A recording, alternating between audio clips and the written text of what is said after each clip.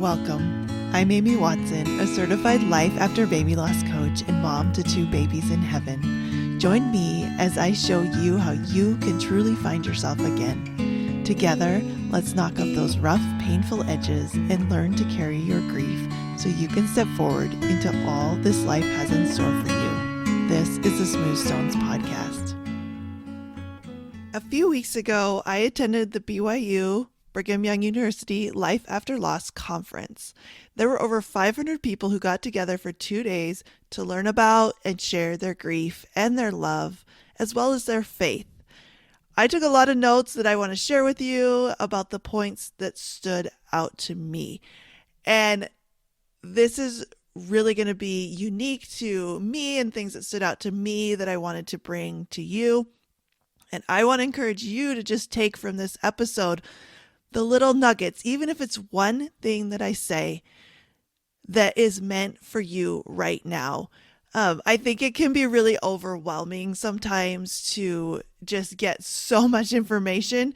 But with this podcast, if you ever go to a conference, if you do an online thing, if you're in a support group, if you're, and if it's not even grief related, right? We go and we learn, we're doing school, we're doing conferences, we're reading books. I always say just take one little nugget of wisdom, one thing that speaks to you, and you've already won. You don't need to take in everything. Just get one thing. The theme of this conference comes from a scripture that is unique to our faith, but it is in Doctrine and Covenants, chapter 84, verse 88, and it says, I will go before your face. I will be on your right hand and on your left, and mine angels round about you to bear you up. So this really was a conference that was focused on faith in our Savior and grief. And so I loved that mix. That's something that really helped me through my faith journey, through my grief journey. And so here are some of the lessons. And I just have to say, I love this conference. I loved all the speakers. I took a lot of notes. I took a lot of pictures of slides.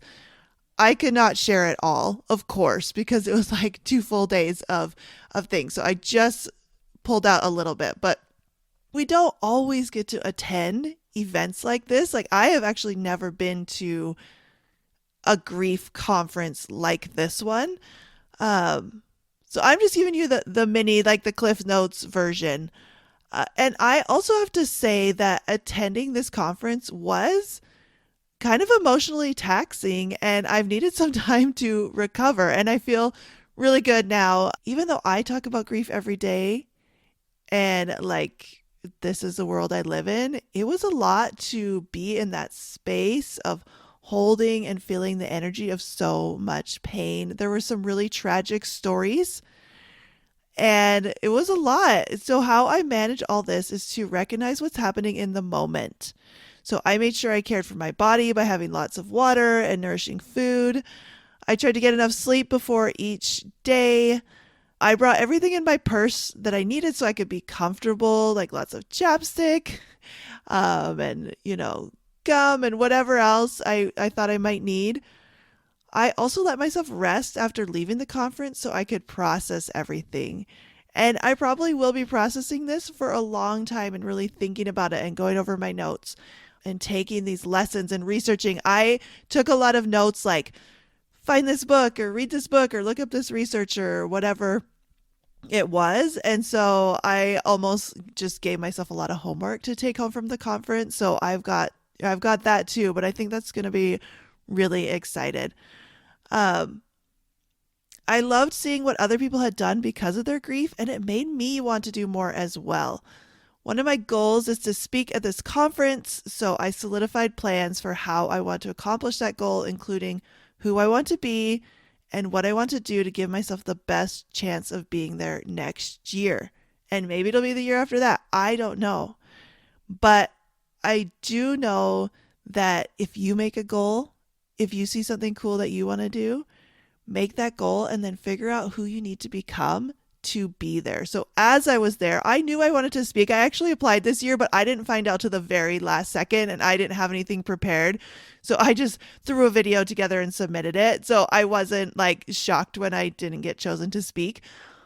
But now I know. Now I see the caliber of people. Now I see the way they present. Now I saw kind of what it was like, and I learned and I observed, and now I have even more information to help me as I apply next time and as I work this year to create a super awesome speech or talk that will be able to be shared with so many more people. Okay, so here are my lessons. These are in no particular order. These, again, are just little snippets, and I've tried to acknowledge who shared them. But if you want to know more, you can always reach out to me, and I'll share like the list of speakers and all of that. And I think it might be online. I'm going to see if this is online, if there's repeats. And if there is, I will link that in the show notes, or I will send it out to my email list. If you're not on that, you need to get on that. Just go to my website, smoothstonescoaching.com. You can sign up there. But yeah, I think they will have some of these. They were recording everything, so I'm hoping it will be available online for free. Okay, here we go. The first one. You will hear what you need to hear at the time you need to hear it. If you've been with me for a while, you know that after my daughter Lauren was stillborn, I went to BYU Women's Conference, which is a huge, like a really big conference with like thousands and thousands of people and just probably hundreds of classes that you can choose from. I went to that conference looking for hope, looking for direction, I actually just had a memory pop up on Facebook that was like saying how I'm going to try to find inspiration and hope and healing. And so I went to that conference looking for all the classes on trials, but there's also classes on just every subject. But I heard things that I needed to hear. And at this grief conference, it's 11 years later, kind of the same time of year. Just, it was interesting what I needed to hear. It was interesting to observe myself being at a grief conference. And like I said before, sometimes we go into these things and we think we have to absorb every bit of it, but you really, really don't. All you need to do is listen to yourself, listen from your heart, and allow things to come to you that you need at the time. And the rest, you can just let it go, right? We don't have to beat ourselves up because we didn't catch everything, because we didn't resonate with everything, because it was really overwhelming and we only really remember one speaker. It's like, yeah, that's great. That's good. That has always been a principle I've lived by with anything self-help related. Is like, if you read an entire book and there's just one sentence or one chapter that you really needed, that's all you needed. And you can let the rest go. So you will hear what you need to hear at the time you need to hear it. What I needed 11 years ago versus what I needed now, it's different. And that's good. That shows that I've been evolving and growing in my grief and in my life. And so if you're in that space where you want to learn and you want to grow, just take it one step at a time. But the next thing I learned from this grief conference is that grief is connecting, not isolating. A lot of times we do get this idea that grief is so lonely, it's so isolating, like it's so unique to each one of us that, we just feel alone. And I hear that so often from my clients, from people I talk to, that they just feel like nobody understands. But grief is really connecting. To be in a space with 500 plus people who all are grieving someone. And I actually loved a little detail that they did. So at a conference, you have your little name tag and it says your name and where you're from. But then as you walked into the conference, they had these little stickers with forget-me-nots. And you could write your person's name on it and then stick it on your name tag.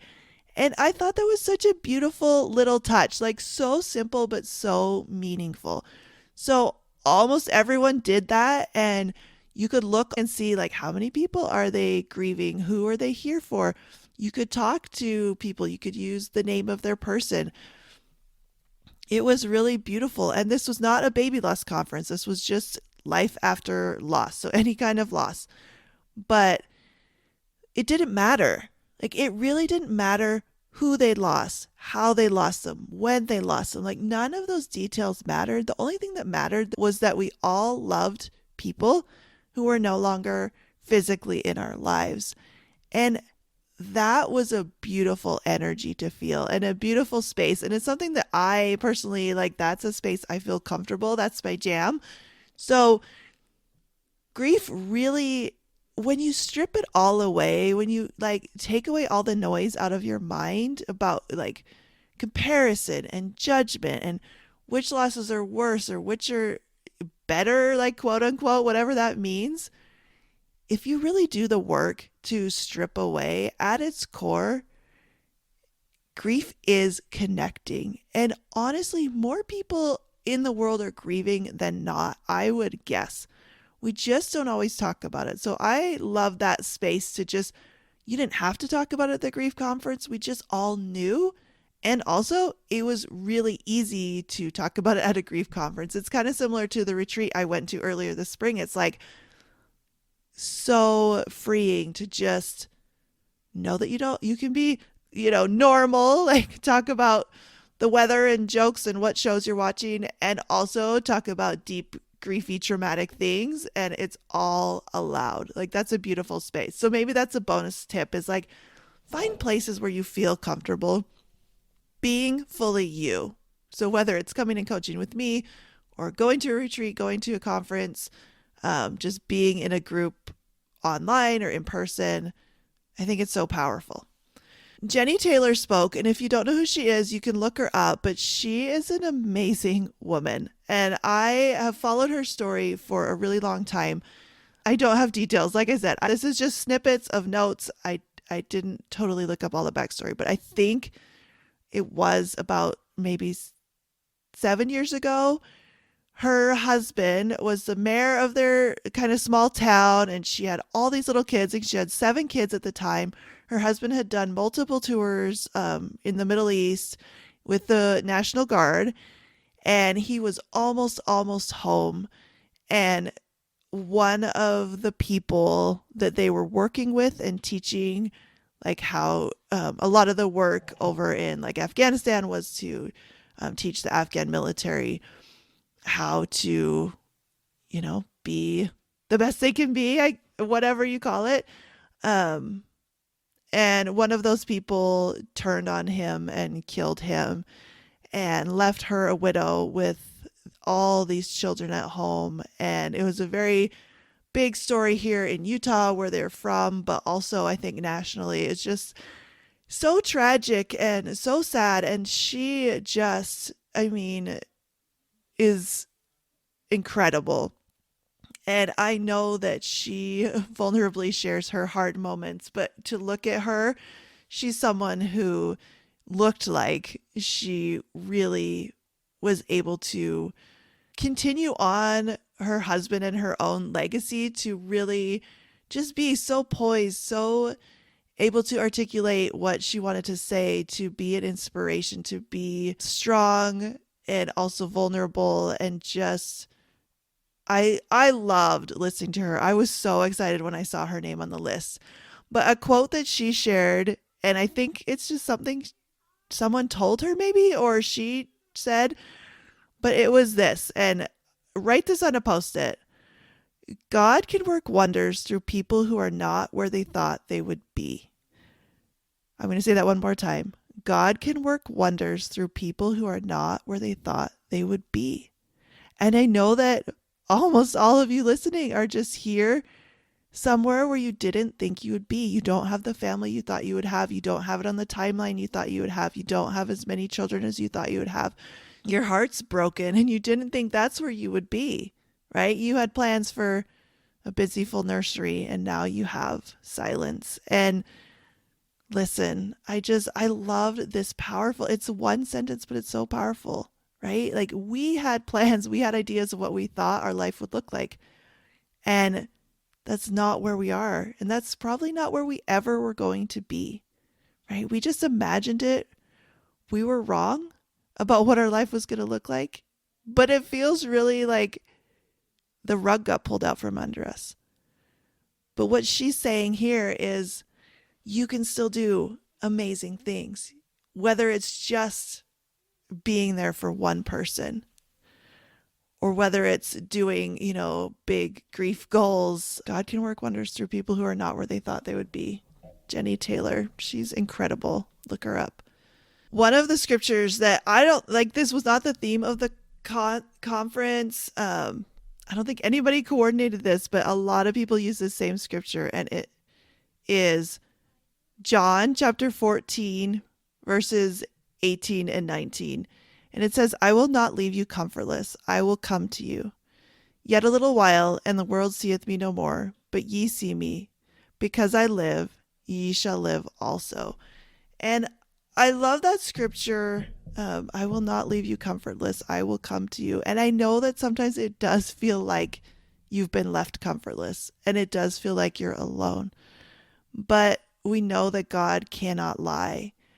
And so I think we can cling to this and to our faith. And a lot of people talked about too, just angels and our people that we love being a lot closer than we think, and that they will also come to us. And someone even mentioned, I didn't write this down, but I loved it. They mentioned like really praying.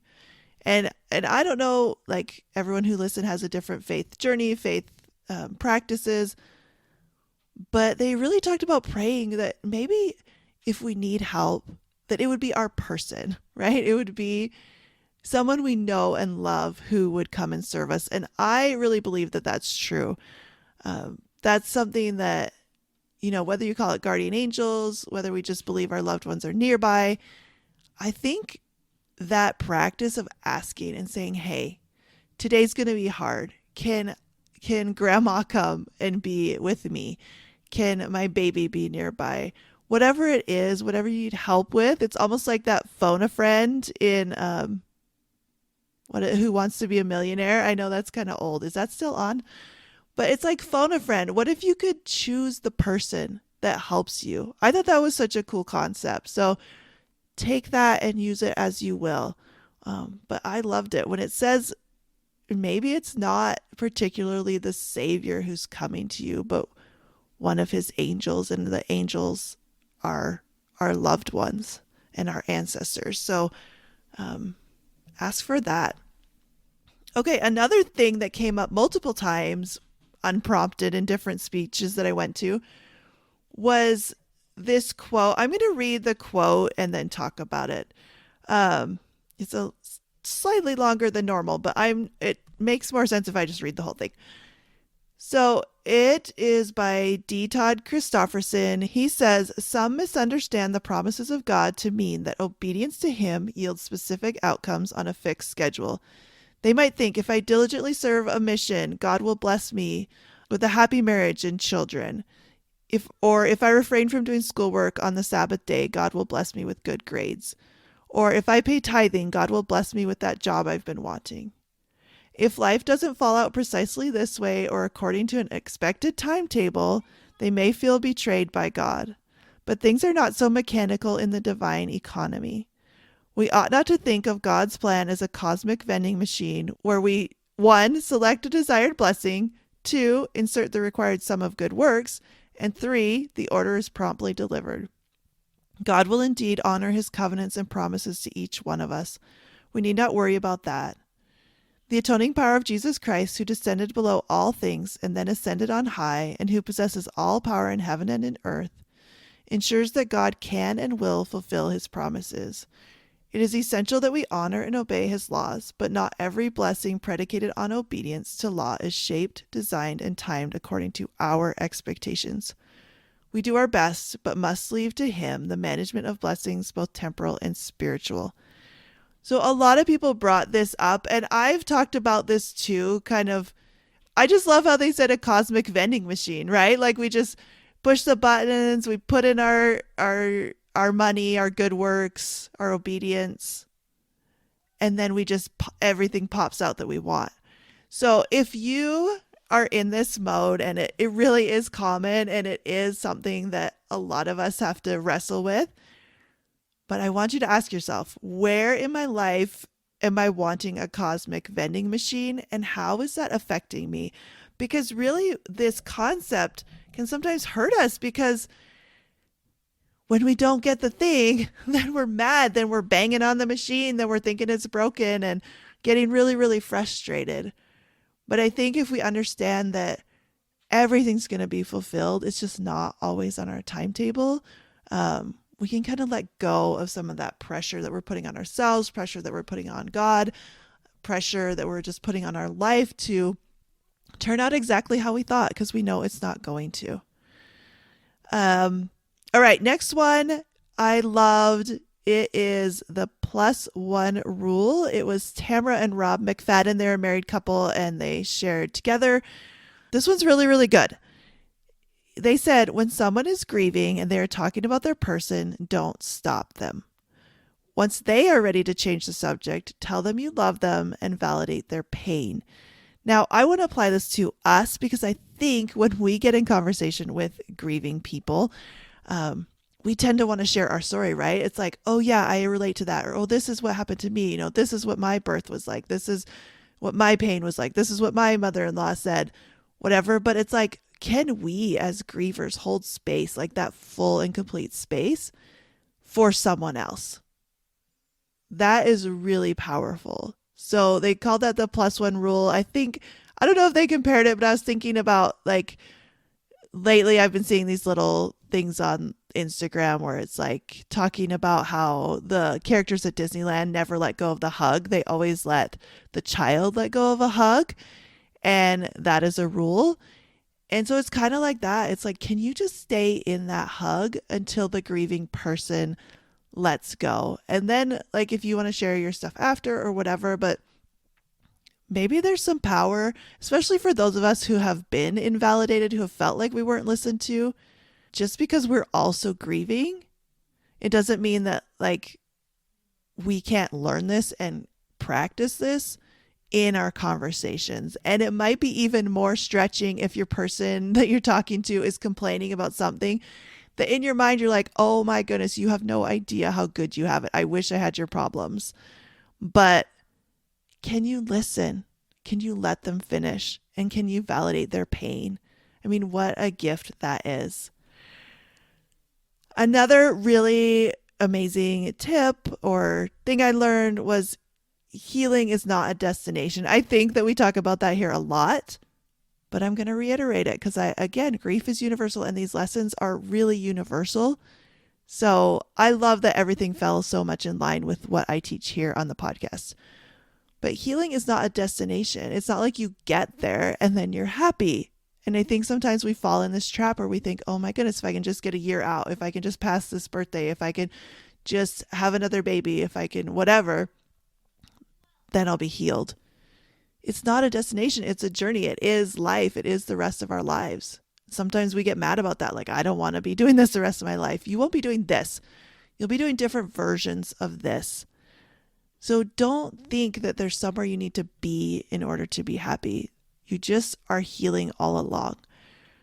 There was an amazing lady named Jordan Robertson. She was so cool and I loved her talk. It was a lot about grandparents' grief. And I'm not going to share all that here today, but she also used the word bibliotherapy, which I don't know why I don't have this word in my vocabulary. It is using books as therapy. And that is exactly what I did. So I just had to point out that nerding out on grief is a legit, like, self-care practice. It is a way to heal. And if you like to do that, then here's to you. If you prefer a podcast, I'm here for you too. But I love that bibliotherapy. So if you love to get lost in a book, if you love to learn, know that you're doing what you need to do. Okay, here is a poem that stood out to me. I think you're going to love it. It is called You Don't Just Lose Someone Once.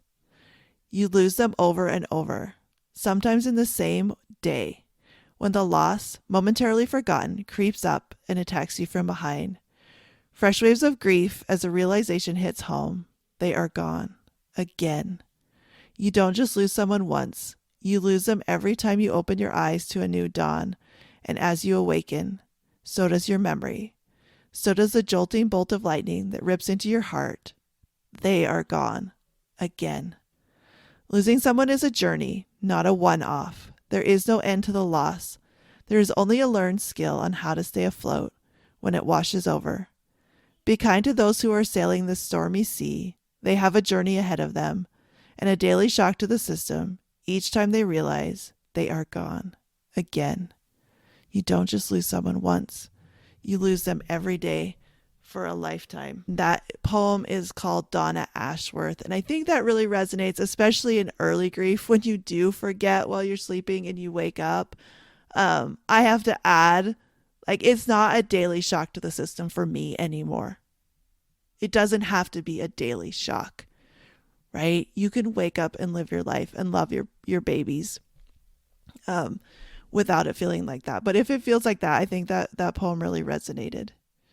Okay, we're wrapping up. There was so much goodness, but I want to keep this manageable. Sometimes things are unexplained, not unknown. So God knows. This was from a lady named Rebecca who shared about her sweet son who died in his sleep at 9 years old with no answer. They waited and waited for this autopsy to come back to find out what happened to their son. And it came back with no answers. And she said the coroner even said, like, we tried everything. This perfect little wild 9-year-old boy who just died in his sleep. They looked at everything. They could not find a cause. So she had learned the lesson. Sometimes things are unexplained, not unknown. And I think that was really, really powerful. And a lot of us don't have answers. We don't have the answers we want. So we don't have an explanation, but we can trust that there is an answer and that God does know that. And it stings that we have to wait, but we will find out. A lot of people talked about the 5 stages of grief. I've talked about it here, but really these were created in response to people getting a terminal diagnosis. They were not about someone who loses a loved one, although they have been very widely applied to that. And I love this quote by Elizabeth Kubler-Ross, who did create the 5 stages of grief, and she wrote this in her last and final book.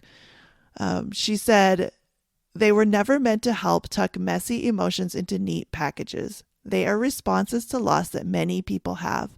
But there is no typical response to loss. Our grieving is as individual as our lives." And so when I put myself in her shoes, I think if I created this kind of framework and then people took it and applied it, and these stages have been very helpful, but they've also caused a lot of harm because people have applied them incorrectly, right? She said, you're not trying to tuck messy emotions into neat packages. There isn't like denial, anger, acceptance, bargaining, all that stuff. Like, those don't all happen. They don't all happen to each person. They don't happen in a timeline. Like, it's not this perfect thing. If you've been using those and they've been helping you, great. If you've had those used against you, I'm sorry.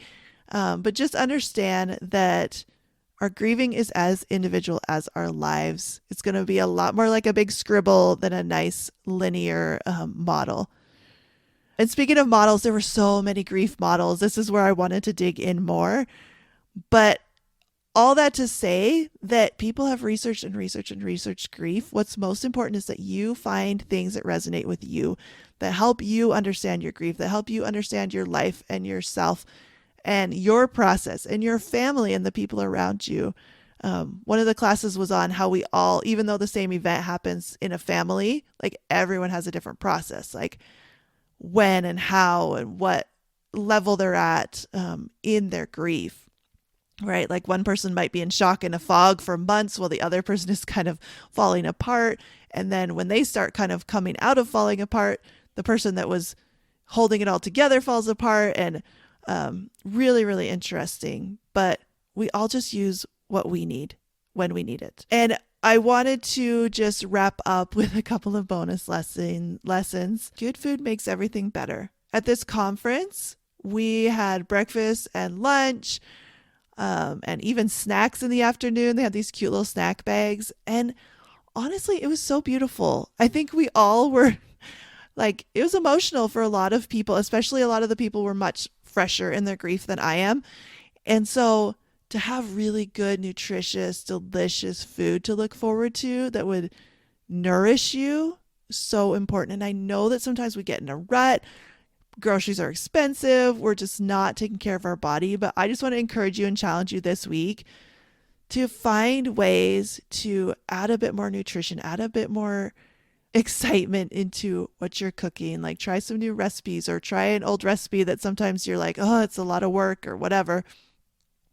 Keep it simple, or do what you need to do to make something delicious that nourishes your body, because that's just important. Or do a little presentation that's fancy. Like I said, these little snack bags were so cute, and it wasn't anything like amazing inside. It was like an orange and some cookies and a little chocolate and whatever, but they packaged them up so cute. It was fun. So nourish your body and have some beautiful food.